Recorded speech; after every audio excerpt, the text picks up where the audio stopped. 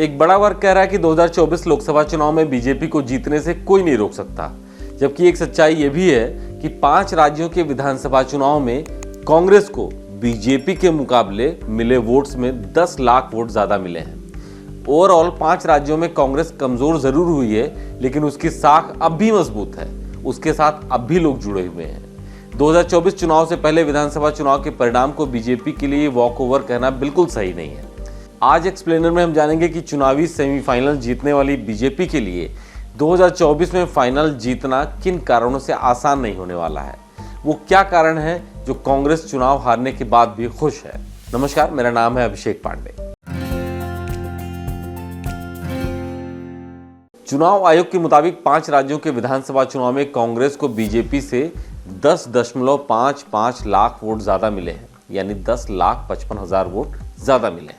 अगर सिर्फ हिंदी पट्टी के 3 बड़े राज्यों की बात कर लें तो मध्य प्रदेश को छोड़कर राजस्थान और छत्तीसगढ़ में वोटों का अंतर भी ज्यादा नहीं है। कांग्रेस के तीनों ही राज्यों में 40% से ज्यादा वोट मिले हैं।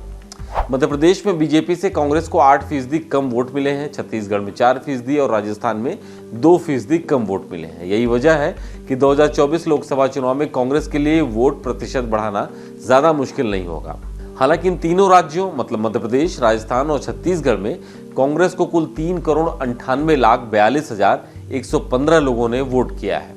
वहीं बीजेपी को 4,48,75,952 लोगों ने वोट किया है। यहां बीजेपी को 50 लाख वोट ज्यादा मिले हैं। तेलंगाना में कांग्रेस को बीजेपी से 60 लाख और मिजोरम में 1 लाख वोट ज्यादा मिले हैं।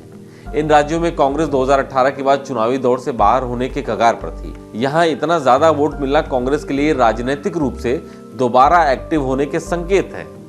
2023 के बाद से मध्य प्रदेश, राजस्थान और छत्तीसगढ़ के विधानसभा चुनाव के कुछ महीनों बाद ही लोकसभा चुनाव हो रहे हैं। इस बार भी होंगे। 2003 में कांग्रेस इन 3 राज्यों में विधानसभा चुनाव हार गई थी। कुछ महीने बाद 2004 में लोकसभा चुनाव हुए थे। इस चुनाव में कांग्रेस को पूरे देश में अप्रत्याशित जीत हासिल हुई थी। ठीक इसी तरह 2018 में इन तीनों राज्यों में बीजेपी को हार मिली थी और कांग्रेस ने सरकार बनाई थी। कुछ महीनों बाद हुए 2019 के लोकसभा चुनाव में तीनों ही राज्यों में बीजेपी 65 सीटों में से 61 पर जीत गई थी। मतलब साफ है, तीनों राज्यों के विधानसभा चुनाव में जीतने वाली पार्टी जरूर नहीं है कि लोकसभा चुनाव में भी जीत हासिल करे। 2023 में 3 राज्यों में मिली हार के बाद 2024 लोकसभा चुनाव में कांग्रेस बेहतर प्रदर्शन कर सकती है और बीजेपी को नुकसान भी पहुंचा सकती है। 2024 लोकसभा चुनाव के लिहाज से बीजेपी के लिए मध्य प्रदेश, राजस्थान और छत्तीसगढ़ बेहद खास है। तीनों राज्यों में कुल 65 लोकसभा सीटें हैं। इनमें से 61 सीटों पर बीजेपी का कब्जा है। सिर्फ 3 सीटों पर कांग्रेस के सांसद, जबकि 1 सीट अन्य के पास है। 2024 लोकसभा चुनाव में बीजेपी को चुनौती है इन तीनों राज्यों में 61 सीटों को कैसे बचाए रखा जाए। इसके अलावा 2019 में तेलंगाना में भी बीजेपी 4 सीटों पर जीती थी।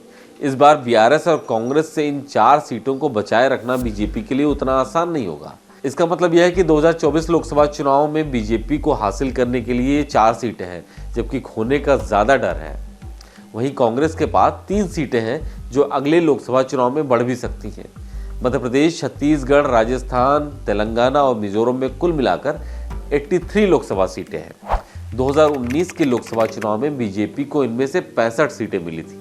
केवल 6 सीटों पर कांग्रेस को जीत हासिल हुई थी। बाकी भारत राष्ट्र समिति, मिजो नेशनल फ्रंट और AIMIM को मिली थी।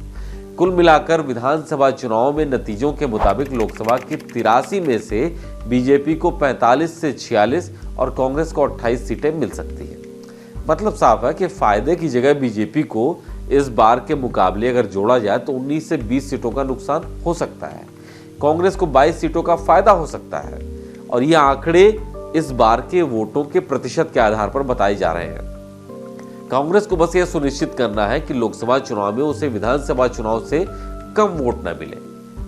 एक तरह से ऐसा अनुमान कांग्रेस के लिए राहत भरा है। वहीं जानकारों का मानना है कि लोकसभा चुनाव में बीजेपी के वोट शेयर और बढ़ सकता है। इसकी वजह सिर्फ लोक लुभावन योजना नहीं बल्कि संस्कृति, राष्ट्रीयता, नरेंद्र मोदी की साख, बीजेपी सरकार में लोगों का भरोसा।